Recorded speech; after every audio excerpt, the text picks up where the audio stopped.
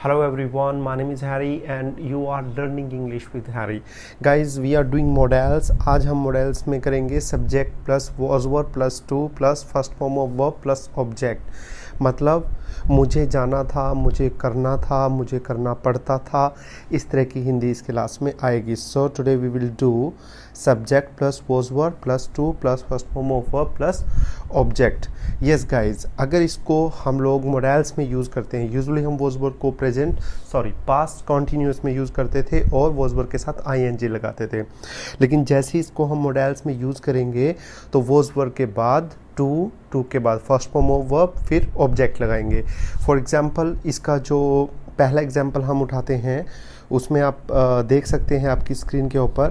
पहले एग्जांपल में लिखा हुआ है उसे स्कूल जाना है, उसे स्कूल जाना है, मतलब he was to go to school. Because जब हम इसके रूल देखते हैं तो सब्जेक्ट के पास वॉज वर्ब, आप सबसे ऊपर देख सकते हैं सब्जेक्ट, उसके बाद वॉज वर्ब, उसके बाद टू, फिर वर्ब की फर्स्ट फॉर्म, फिर ऑब्जेक्ट. इस तरह के इसके रूल बने हैं. तो वो रूल हम रखते जाएंगे और सेंटेंसेस बनाते जाएंगे. तो हमारा सेंटेंस है उसे स्कूल जाना है. ही वॉज टू क्या है, ऊपर रूल है, he was to go to school. Because he के साथ हम वॉज लगाते हैं तो हमने लगा दिया he was to go to school. वह स्कूल जाने वाला था या जाने को था, इसका भी सेम ही बनेगा. वह स्कूल जाने वाला था या वह स्कूल जाने को था, इंग्लिश सेम बनेगी. He was to go to school, English क्या बनेगी, he was to go to school.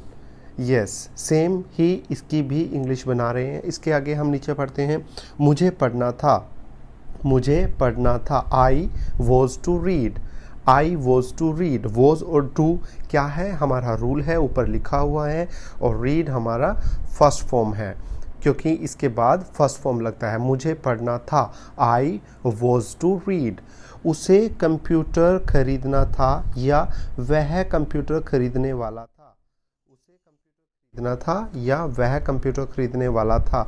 He was to purchase a computer, he was to purchase a computer. Right, इसको हम दोबारा से कर लेते हैं एक बार और. उसे कंप्यूटर खरीदना था, वह कंप्यूटर खरीदने वाला था. So he was to purchase a computer. हमें नहाना था या हम नहाने वाले थे या हम नहाने को थे. We were to take bath. We के साथ वर आएगा क्योंकि ऊपर वॉज और वर का यूज़ हो रहा है. टू इसके रूल में है और बाथ मतलब फर्स्ट फॉर्म इसको लगा रहे हैं. मुझे घर आना था, मैं घर आने वाला था. I was to come home. मुझे घर आना था या मैं घर आने वाला था.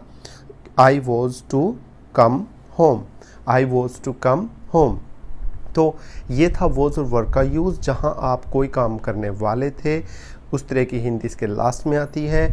और इसको हम वॉज वर्ब के साथ टू लगाते हैं, टू के साथ हम फर्स्ट फॉर्म लगाते हैं, फर्स्ट फॉर्म के बाद हम ऑब्जेक्ट लगाते हैं. इसमें हम इज एम आर और आई एन जी का प्रयोग नहीं करते हैं. इसके बाद जो गाइज हम लोग करेंगे वो है हमारा नेक्स्ट मॉडल्स. और नेक्स्ट मॉडल्स में हम देखते हैं कि सब्जेक्ट के बाद हैड हैव का यूज़ किस तरह से होता है. अगर सब्जेक्ट के बाद हैड हैव आ जाता है तो यूज़ कैसे होता है.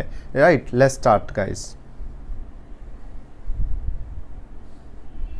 ओके, अब हम करते हैं सब्जेक्ट के बाद हैड हैव का यूज़. अब अपनी स्क्रीन पे देख पा रहे होंगे रूल लिखा हुआ है subject plus had have plus to plus first form of verb plus object.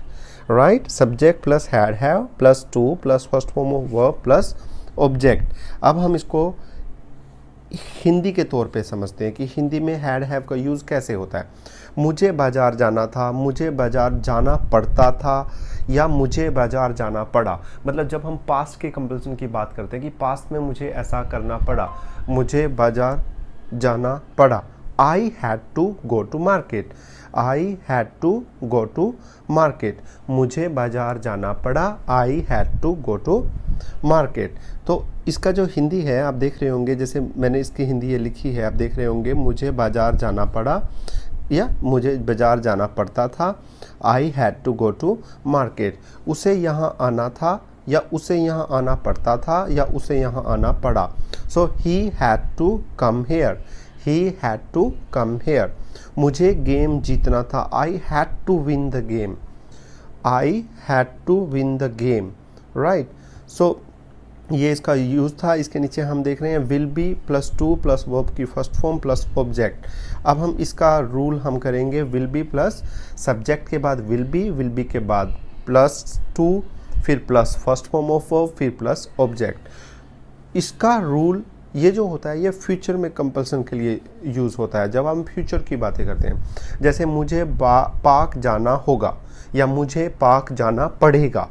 होगा पड़ेगा एक ही सेंस में आते हैं, दोनों में आपको कोई मजबूरी है। मुझे पार्क जाना होगा, आप जाना नहीं चाहते लेकिन आपको जाना होगा, या मुझे पार्क जाना पड़ेगा, ये दोनों एक ही सेंस में आते हैं। तो मुझे पार्क जाना होगा या मुझे पार्क जाना पड़ेगा, subject plus will be, subject plus will be plus to plus first form of verb plus object, हम लोग ये यूज़ करेंगे। तो ये रूल हम बनाएंगे और इस रूल के बाद हम इसकी इंग्लिश को ट्रांसलेट करेंगे। सब्जेक्ट क्या है, आई will be to go to market। will be to क्या है, will be to हमारा एक यूज रूल है जो हम यूज़ कर रहे हैं। I will be to go to market, हमें उसे बुलाना होगा। we will be to call him, we will be to call him. Guys इसको हम विल हैव टू में भी यूज़ कर सकते हैं। अभी आप देखेंगे मैं आगे जो आपको कराने जा रहा हूँ वो इसको विल हैव में किस तरह से यूज़ करेंगे उसका एक रूल है विल हैव में। सो अभी आपने ये समझा होगा, होपफुली आपको ये समझ आ गया होगा। अगर इसमें आपका कोई भी क्वेश्चन है आप मुझसे पूछ सकते हैं, I will be happy to answer you guys. अब हम करते हैं विल बी, अभी हमने किया, अभी आप स्क्रीन पे देख पा रहे होंगे जो नीचे की तरफ है, अभी हम उसका यूज़ करते हैं विल हैव टू का। तो विल हैव टू का किस तरह से यूज़ होता है, we will do in this tense. Let's start guys. Will have to, subject plus will have plus to plus first form of verb plus object. अब हम ये कर रहे हैं। तो अभी हमने ऊपर यूज़ किया था subject plus will be plus to plus first form of verb plus object का। अब हम यूज़ कर रहे हैं subject plus will have plus to plus first form of verb plus object. देखो थोड़ा सा फ़र्क है, ऊपर मुझे पार्क जाना होगा, इसमें होगा मुझे पार्क जाना पड़ेगा। ज़्यादा फर्क नहीं है, आप दोनों में हैव टू भी लगा, विल हैव टू भी लगा सकते हैं, लेकिन ज़्यादातर जो स्पीकिंग में लोग यूज़ करते हैं वो ये यूज़ करते हैं subject plus will have plus to plus first form of verb plus object. जैसे मुझे पार्क जाना पड़ेगा, मुझे पार्क जाना पड़ेगा, I will have to go to park, हमें उसे बुलाना पड़ेगा। इसमें मेन जो वर्ड है वो पड़ेगा है। ये जो पड़ेगा है इससे ही आपको क्लियर होता है कि हम लोग विल हैव टू की बात कर रहे हैं। पड़ेगा से हमें ये क्लियर होता है कि हम लोग विल हैव टू की बात कर रहे हैं। आपको आना पड़ेगा, you will have to come, आपको आना पड़ेगा, you will have to come. So इसका जो रूल है वो हमने लगाया और सेंटेंस को बना दिया। इसकी जो हिंदी के लास्ट वर्ड आते हैं वो पड़ेगा में आते हैं। ओके, और जो हमने इससे ऊपर किया था वैसे मैंने उसमें पड़ेगा भी यूज़ करना दिखा दिया, क्योंकि इनमें अगर आप थोड़ा बहुत उसमें विल ऊपर जो विल बी टू के में आप अगर विल हैव टू लगा दे तब भी इतना इसमें चेंजेस नहीं दिखाई देता, क्योंकि ऑलमोस्ट दोनों सेंटेंसेस एक जैसे ही होते हैं। लेकिन अगर इनको डिफरेंट वे में देखना है तो ऊपर जो है जिसमें हिंदी में होगा, मुझे पार्क जाना होगा, मतलब जाना होगा, और इसमें मुझे पार्क जाना पड़ेगा, ये थोड़ा सा डिफरेंस है। रूल में डिफरेंस है, ऊपर आ रहा है विल बी प्लस टू, नीचे आ रहा है विल हैव प्लस टू, ज़्यादा डिफरेंस नहीं है। और ये जो नीचे वाला है हमारा ये बहुत ज़्यादा यूज़ होता है स्पीकिंग के time. So guys it was use of will be plus to और use of will have plus to, दोनों में फर्स्ट फॉर्म ऑफ वर्ब लग रही है। So if you like this video guys don't forget to subscribe my channel or share this video with your friends and family. Oh guys, I usually speak in my videos. After video I give my number. If you have any problem you can write WhatsApp message to me, or we have a group.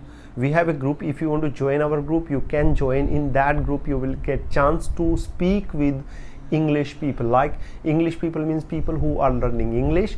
The all people are in my group, so you can talk to them whenever they get time. So if you want to join Harry's English Club English speaking group, you can WhatsApp me your name on my WhatsApp number. वो video के बाद आपको display हो जाएगा. Thank you very much guys. Bye bye, take care.